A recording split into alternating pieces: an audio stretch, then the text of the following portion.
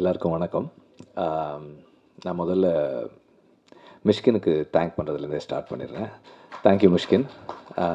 நீங்கள் நேற்று நைட்டு படம் பார்த்துட்டு நான் ஆக்சுவலாக தூங்கலை, நான் வெயிட் பண்ணிகிட்டு இருந்தேன் உங்கள் காலுக்காக. ஸோ எனக்கு ஒரு நார்மலாக ஒரு படத்தை மிஷ்கின் பார்த்த உடனே அவர் எப்படி ரெஸ்பாண்ட் பண்ணுவாருன்னு எனக்கு தெரியும்.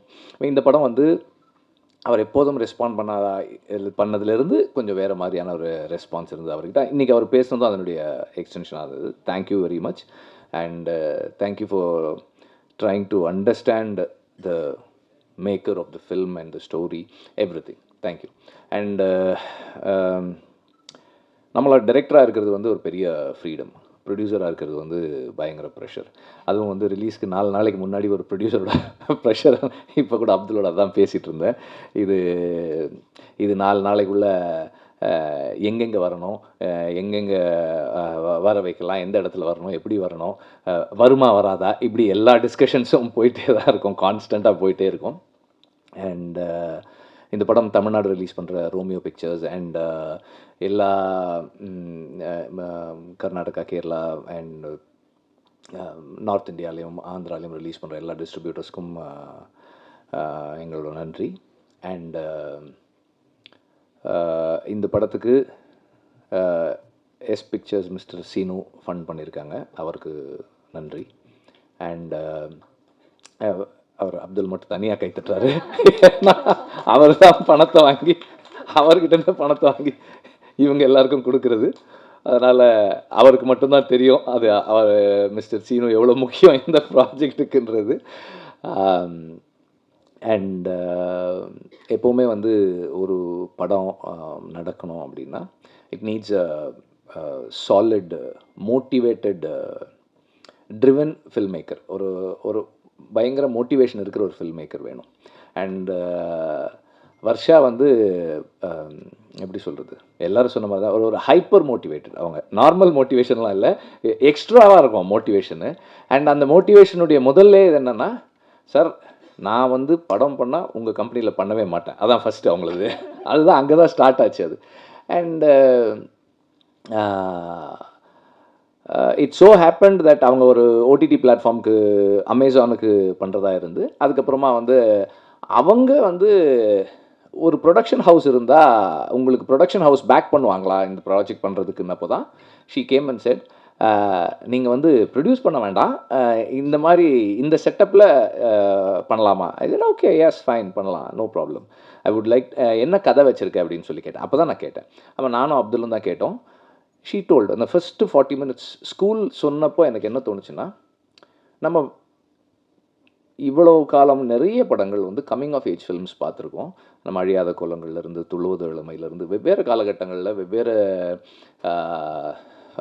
சூழல்களில் நம்ம கம்மிங் ஆஃப் ஏஜ் ஃபில்ம்ஸ் பார்த்துருக்கோம். அத்தனையுமே வந்து ஒரு ஒரு ஒரு பையனுடைய கம்மிங் ஆஃப் ஏஜ், ஒரு ஆண் தன்னுடைய 10 பருவங்களில் அவனுக்கு ஏற்படுகின்ற மாற்றங்களை அவன் எப்படி கையாளுறான், அவன் அதை எப்படி எதிர்கொள்கிறான், சமூகத்தோடு தன்னை எப்படி பொருத்தி பார்த்துக்கிறான்றதுல தான் இருந்தது.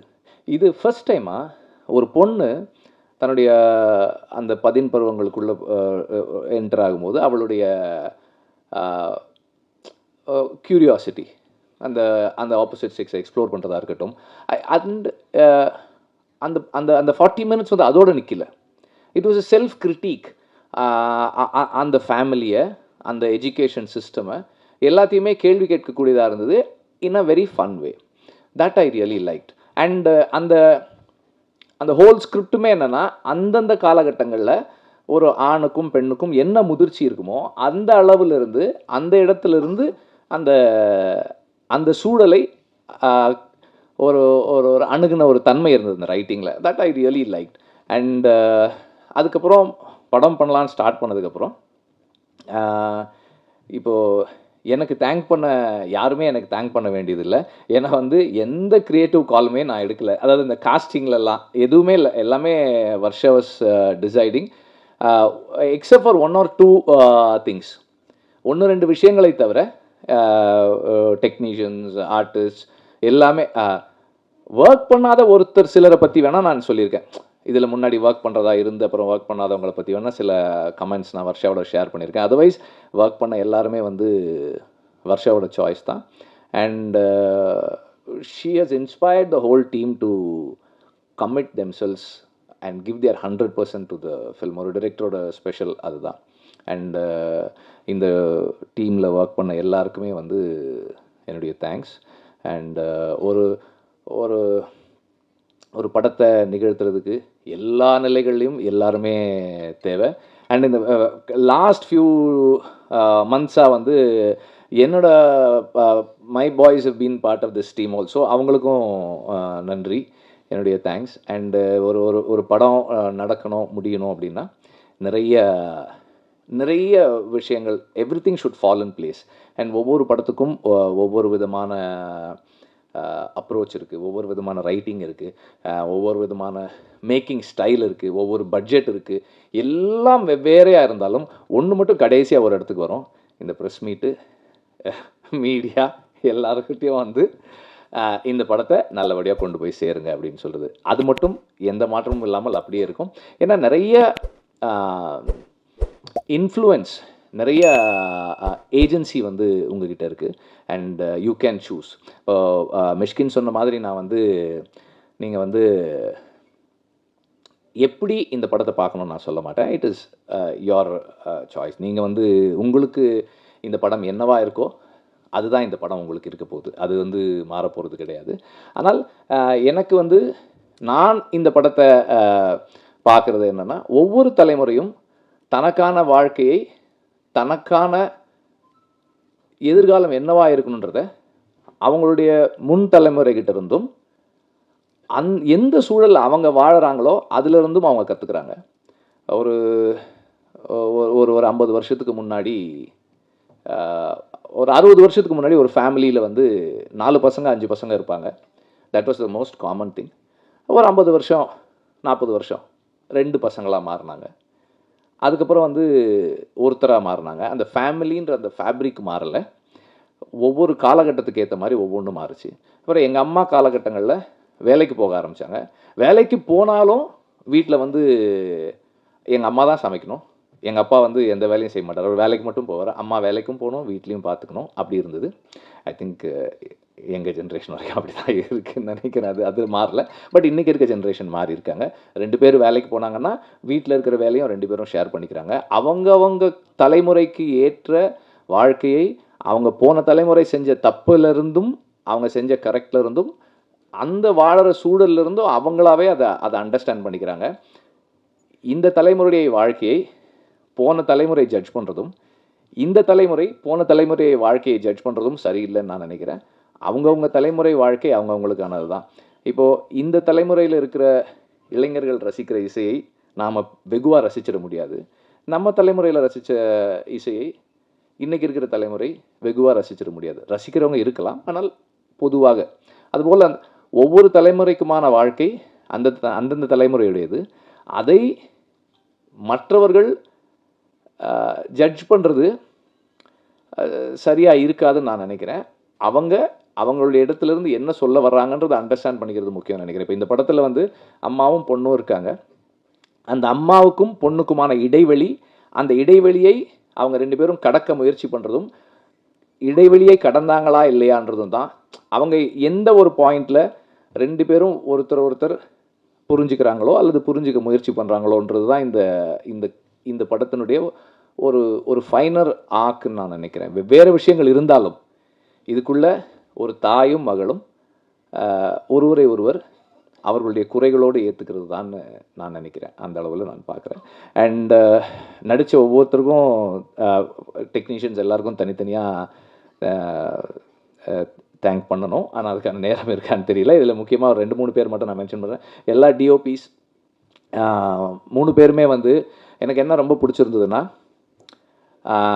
இந்த டிஓபிஸ் எல்லாரை விட Varsha is young in experience, but everybody gave in their 100% commitment and support to her vision. நான் ரெண்டு சந்தர்ப்பங்களில் ஷூட்டுக்கு போயிருந்தேன். ஃபஸ்ட்டு டேன்னு நினைக்கிறேன்ல ஸ்கூலுக்கு, ஃபஸ்ட்டு டேயோ செகண்ட் டேயோ ஸ்கூலுக்கு போயிருந்தேன். அந்த காலேஜ் போர்ஷன் ஒன்று எடுக்கும்போது நான் போயிருந்தேன். அப்போவும் வந்து எனக்கு வந்து he reminds me so much of Shanky. Shanky வந்து பாலமேந்திர சாரோட சன். ஸோ எனக்கு உங்களை பார்க்கும்போது எனக்கு அவரை பார்க்குற ஞாபகம் வருது அடிக்கடி. பிகாஸ் அதே மாதிரியான ஷங்கி ரொம்ப கூல் பர்சன். பாலுமேந்திர சாருக்கு ரைட் ஆப்போசிட். அவர் வந்து பாலுமேந்திர சார் வந்து ரொம்ப கோவமாக ரொம்ப அக்ரெசிவாக இருப்பார் ஸ்பாட்டில். ஷங்கி வந்து அதே வேலையை அதே எஃபிஷியன்சியோட சத்தமே இல்லாமல் செய்வார். அந்த மாதிரி தான் இருந்தது பிரின்ஸோட ஒர்க்கு. அண்ட் வர்ஷா என்ன கேட்டாலும் he was ஆல்வே yeah okay will do it, என்ன அப்படி யா ஃபைன், அவ்வளோதான் இருந்தது. அந்த மாதிரி தான் இருந்தார். ஸோ அண்டு அந்த அந்த 30s வந்து நான் போகலை, செட்டுக்கு போகலை. But anybody all of them ஒரு டைரக்டருக்கு எப்படி சப்போர்ட் பண்ணணுமோ அப்படி அந்த அந்த அந்த ஸ்கிரிப்டுக்கும் டைரக்டருக்கும் எக்ஸ்டென்ஷனாக இருந்தாங்க. And all the boys in the film, like I mean பாய்ஸ்னால் 3 பசங்க, 3 பேருமே வந்து they had played the roles well. ரிதுவுக்கு வந்து ஒரு அந்த ஸ்கூலில் ஒன்று இருக்குது. அப்புறம் லேட்டர் 30s ஒரு போர்ஷன் இருக்குது. அந்த டைம் வந்து it really worked and both of them had done a very good job. And அம்மா டிஜே ஆஸ் ஆல்வேஸ். ஆக்சுவலாக நான் டிஜே வந்து ரொம்ப தேங்க் பண்ணேன் இந்த படத்தில் பண்ணதுக்கு. பிகாஸ் ஃபார் டிஜே அது சின்ன ரோல், டிஜே பண்ணியிருக்க ரோல்ஸோட கம்பேர் பண்ணும்போது சின்ன role. But he wanted to do the film for Varsha. Varsha கேட்குறாங்க, அதனால் நான் பண்ணுறேன்னு சொல்லிட்டு done. And then the other person Shashank, இல்லை ஷஷாங்க், அது is a new boy. He is also done the எனக்கு ஆக்சுவலாக இன்டர்மிஷனில் ஒரு எபிசோடு இருக்குது. அது வந்து பசங்க எப்படி ரியாக்ட் பண்ணுவாங்க தெரியல. வி ஹேட் அ ஸ்க்ரீனிங், ஒரு 1000 காலேஜ் ஸ்டூடெண்ட்ஸை கூப்பிட்டு போட்டு காமிச்சோம். அதில் வந்து அந்த இன்டர்மிஷனில் ஒரு ஈவெண்ட் ஒன்று நடக்கும். அதுக்கு பாய்ஸ் எப்படி ரியாக்ட் பண்ணுவாங்க அப்படின்னு எனக்கு பார்க்கணுன்னு இருந்தது. ஆக்சுவலாக பாய்ஸ் கிளாப் பண்ணாங்க. I was surprised. ஓகே, இன்றைக்கி இருக்கிற பசங்க கொஞ்சம் டிஃப்ரெண்ட்டாக இருக்காங்க. நான் வந்து என்னோடய டைம்ஸில் காலேஜ் ஸ்டூடெண்ட் அப்படி ஒரு சீன் பார்த்துருந்தேன், I might not have enjoyed it. But பசங்க இன்றைக்கி அது கிளாப் பண்ணாங்க. I think there is lot of change. இந்த தலைமுறை என்னுடைய தலைமையிலேருந்து வேறு மாதிரி தான் வாழ்க்கையை பார்க்குது, உறவுகளை பார்க்குதுன்றதுக்கு எனக்கு அது ஒரு இதாக இருந்தது. அண்ட் அம்மா, பொண்ணு, பாட்டி, அவங்க 3 பேரும் வந்து 3 generations. There is a scene where அம்மா வந்து பொண்ணை ஒரு விஷயத்துக்காக கேவலமாக பார்ப்பாங்க. பாட்டி வேறொரு விஷயத்துக்காக அம்மாவை கேவலமாக பார்ப்பாங்க. ஒவ்வொரு ஜெனரேஷன் எப்படி பார்க்குதுன்றது அது படமாக பார்க்கும்போது வில் see that. அது எப்படி இப்போ சொன்னால் எப்படி இருக்குன்னு தெரியல, அதனால் I am staying away from it. And all of them would have done it with such conviction. அண்ட் எனக்கு வந்து உண்மையிலேயே வந்து அவங்க 3 பேரும் வந்து ஒரு ஒரு ஒரு அம்மா, பொண்ணு, பாட்டி அப்படி தான் இருந்தது. And especially the mother and daughter thing எங்கள் வீட்லேயும் நடக்கும். அது எங்கள் அம்மாவும் அக்காவும் வந்து சண்டை போட்டுக்குவாங்க. நமக்கு பார்க்கும்போது எப்படி இருக்குன்னா, ஐயோ இவ்வளோ சண்டை போட்டுக்கிறாங்களே, இனிமேல் வாழ்க்கையில் இவங்க பேசிக்கவே மாட்டாங்க போல் இருக்கே, இவ்வளோ சண்டை போடுறாங்களே அப்படின்னு இருக்கும். அப்புறம் ஒரு 2 நாள் கழித்து அதே ஃபோன் கான்வர்சேஷன் ரொம்ப நார்மலாக எதுவுமே நடக்காத மாதிரியே இருக்கும். நம்மலாம் இப்படி சண்டை போட்டோன்னா நார்மல்சிக்கு வர்றதுக்கே ஒரு 2 மாதம் 3 மாதம் ஆகிடுமே அப்படின்ற மாதிரி இருக்கும். ஆனால் அந்த அந்த அந்த how a mother and daughter can shift between extremes, அது வந்து இதில் ரொம்ப நல்லா இருந்தது. அதாவது not just the writing, the way they had carried themselves. And also அந்த ஒரு சின்ன விசினிட்டிக்குள்ளே ஒரு வீட்டுக்குள்ளே நடக்கிறது வெளியே தெரிஞ்சிடக்கூடாதுன்றதுக்கும், பொண்ணு ஸ்கூலில் ஒன்று பண்ணிட்டா அது வீட்டில் ஹஸ்பண்டுக்கோ இல்லை மாமியாருக்கோ இல்லை மற்ற யாருக்கோ தெரிஞ்சிடக்கூடாதுன்றதுக்காக அந்த அம்மா எவ்வளவு ப்ரொடெக்டிவாக இருக்காங்க. அண்ட் அம்மா அவ்வளோ ப்ரொடெக்டிவாக இருக்கும்போது பொண்ணு எப்படி அக்ரெசிவாக அதை அண்டர்ஸ்டாண்ட் பண்ணிக்கிறா. அந்த ட்ரெய்லரில் ஒரு இது இருக்கும், இனிமேல் நான் உனக்கு பிடிச்சது என்ன உனக்கு பிடிக்காததெல்லாம் வேணும்னு பண்ணுவேன், எனக்கு பிடிச்சது மட்டும் பண்ணும். அது எதுக்குன்னா அம்மா வந்து அவங்கள ப்ரொடெக்ட் பண்ண ட்ரை பண்ணதுக்கான ரெஸ்பான்ஸாக தான் அது இருக்கும். ஸோ அந்த மாதிரி இந்த equation between the mother and daughter 2 பேருமே ரொம்ப நல்லா பண்ணியிருந்தாங்க. அண்ட் பாட்டி வந்து ஷீ இஸ் வெரி நேச்சுரல். அவங்க வந்து she was very natural. And காலேஜில் நம்ம பார்க்குற பாய்ஸ் அண்ட் கேர்ள்ஸ் வந்து they were not the usual kind of people we see in films. ரெகுலராக நம்ம சினிமாவில் பார்க்குற காலேஜ் ஸ்டூடெண்ட்ஸாக இல்லை, வெவ்வேறு விதமாக இருந்தாங்க. And inclusiveness of at all levels எல்லாமே இருந்தது. அண்ட் எனக்கு உண்மையிலே படத்தில் ரொம்ப பிடிச்சிருந்தது ஒரு டாக்டர் ஒருத்தவங்க வருவாங்க. அந்த காலேஜ் எபிசோடில் ஒரு டாக்டர் வருவாங்க. அந்த டாக்டரோட காஸ்டிங், அவங்கள நம்ம நார்மலாக வந்து அப்படிப்பட்ட ஒருத்தங்களை வந்து நம்ம டாக்டர்னு காஸ்ட் பண்ணுறதுக்கு யோசிப்போம். ஸோ ஒரு ஒரு டைப் காஸ்ட் ஒன்று இருக்கும். ஒரு டாக்டர்னால் இப்படி இருக்கணும், ஒரு ஆம், நம் ஒரு ஒரு ஒரு இன்னொரு வேலை செய்கிறவங்கன்னா ஒரு மாதிரி இருக்கணும் அப்படின்னு ஏதோ சில டைப் காஸ்ட் இருக்கும். அதெல்லாம் பிரேக் பண்ண ட்ரை பண்ணது ரொம்ப நல்லா இருந்தது. அந்த டாக்டர் உடைய காஸ்டிங் வந்து இந்த படத்தில் எனக்கு ரொம்ப ரொம்ப பிடிச்சிருந்தது.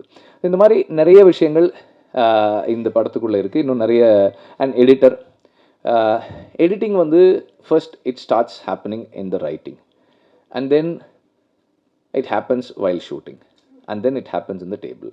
அண்ட் டேபிளில் எடிட் நடக்குதுன்னும் போது எடிட்டர், டைரக்டர், அப்புறம் இவங்க 2 பேர் க்ரியேட்டிவாக ஏதாவது ஒன்று ஒர்க் பண்ணாங்கன்னா அதுக்கப்புறம் வெளியே அந்த எக்ஸ்டர்னல் ஃபேக்டர்ஸ், இப்போ ப்ரொடியூசர்ஸ், டைரக்டரோட ஃப்ரெண்ட்ஸ், எடிட்டரோட ஃப்ரெண்ட்ஸ், கருத்து சொல்கிறவங்க, நடிகர்கள். இப்போ இங்கே அந்த ப்ராப்ளம் இருக்காதுன்னு நினைக்கிறேன்.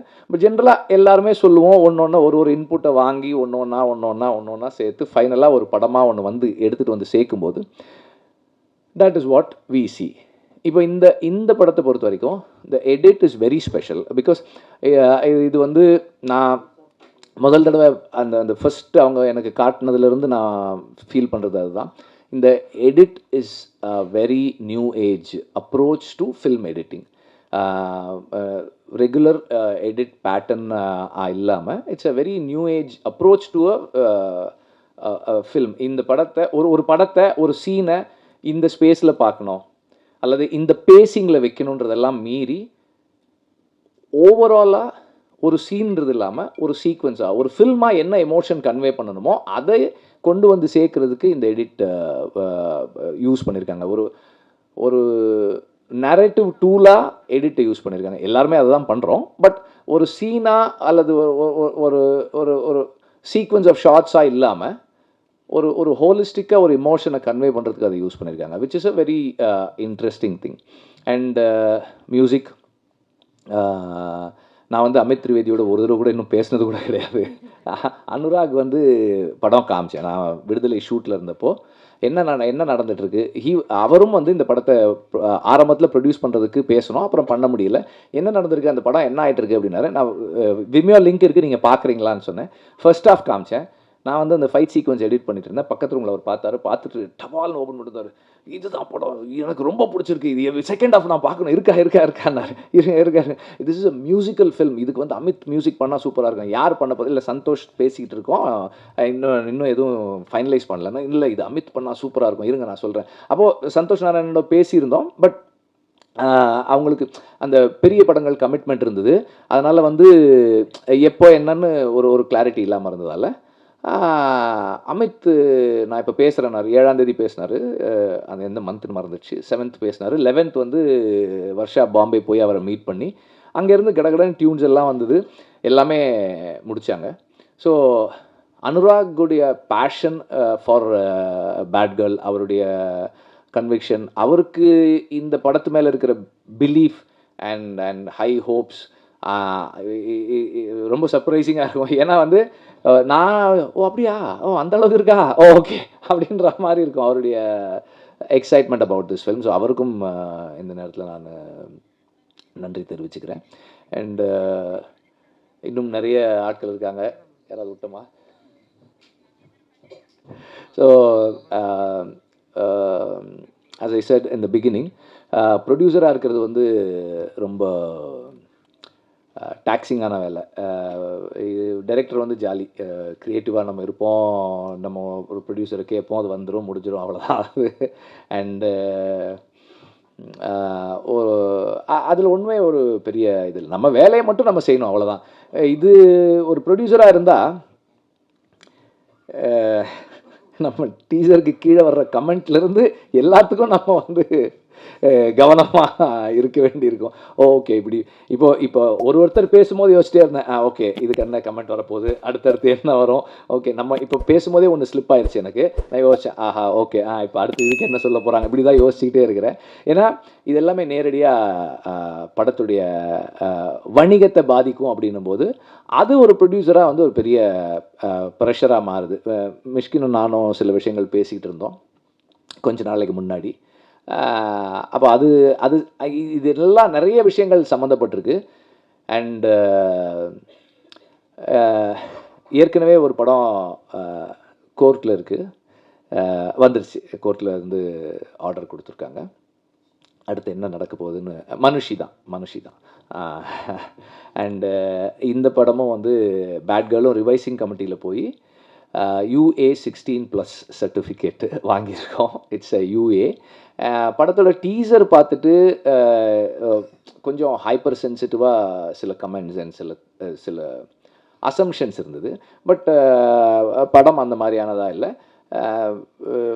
படங்களை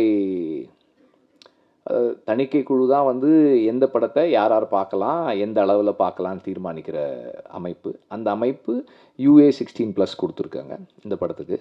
அண்டு இதுக்கு முன்னாடி ப்ரொடியூஸ் பண்ண மனுஷி ஒரு sensor screening and 2 revising committee screening கோர்ட்டுக்கு போய் இப்போது வந்திருக்கு. ஸோ ப்ரொடியூசராக இருக்கிறது வந்து பெரிய சேலஞ்சாக இருக்குது நம்மள மாதிரி ஆட்களுக்கு. பெரிய ப்ரொடியூசர்ஸ் கிடையாது, சின்ன ப்ரொடியூசர்ஸ், அங்கங்கே கொஞ்சம் கடன் வாங்கி எப்படி படம் எடுக்கிற ஆட்கள், நம்ம ஃபைனான்ஸ் வாங்கி படம் எடுக்கிறவங்க.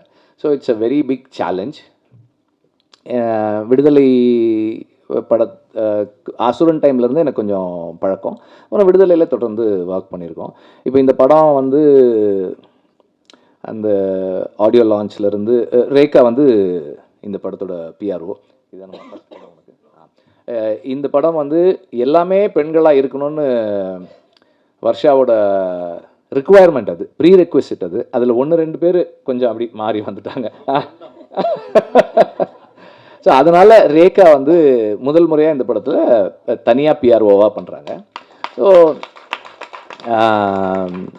ஸோ மணி வந்து எல்லாமே வந்து கூட இருந்து இந்த ஆடியோ லான்ச் பிளான் பண்ணுறதுலேருந்து இந்த படத்துக்கு பிஸ்னஸ் பண்ணுறது வரைக்கும், டிஸ்ட்ரிபியூட்டர்ஸ் கிட்ட பேசி பணம் வாங்குறது வரைக்கும் எல்லாமும் வந்து அவர் தான் பண்ணியிருக்காரு. அப்புறம் ஒரு கார்னிவல் ஒன்று பிளான் பண்ணோம், பேட் கேர்ள் கார்னிவல்னு.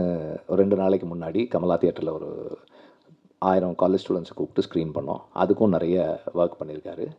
அப்புறம் இந்த படத்தில் வந்து கடைசி நேரத்தில் பேமெண்ட்டு கொடுக்க முடியாமல் ஒரு 2-3 ராஜ் சினி சர்வீஸ், அப்புறமா வந்து லார்வென் CG இது, அவங்க வந்து நான் ஃபோன் பண்ணேன். அப்போ அந்த ரிலீஸ்க்கு அப்புறம் பணம் சார் என்ன சார் எல்லாம் ராஜ் சினி சர்வீஸ் வந்து வேல்ராஜுடையது. சார் என்ன சார் அதெல்லாம் வந்து பணம்லாம் வேணாம். இல்லை நான் ரிலீஸ்க்கு அப்புறம் தரேன் அப்படின்னு 2 பேருக்குமே அப்படி தான் சொன்னேன். அவங்க வந்து they got offended because I call them to speak about it. அவங்களுக்கும் தேங்க் பண்ணோம். அப்புறம் அப்துலுக்கு தனியாக நான் எதுவும் சொல்லலை, தேங்க் பண்ணலை இந்த படத்தில். அவர் வந்து பேங்கிங்கில் வந்து 25 இயர்ஸாக இருந்தார். சரி நம்ம ஏதாவது புதுசாக பண்ணலான்னு அவர் அதுலேருந்து இழுத்துட்டு வந்து இங்கே உட்கார வச்சுருக்கேன். அவரும் இப்போ தான் கற்றுக்கிட்டு இருக்காரு, கொஞ்சம் கொஞ்சமாக ஒர்க் பண்ணிக்கிட்டு இருக்காரு. I thank him also for that. And இப்போது மிஷ்கினுடைய இது நான் வந்து we are working on it. Raja இப்போ வந்து இங்கே என்னால் வந்து நீங்கள் இங்கே போட்டு டபால்னு உடச்சிட்டிங்க, இங்கேருந்து என்னால் எதுவும் சொல்ல முடியாது due to lot of technical reasons. லாட்டில் கப்புள் ஆஃப் டெக்னிக்கல் ரீசன்ஸால் இங்கே எதுவும் சொல்ல முடியாது. நான் அங்கே வந்து உட்காந்து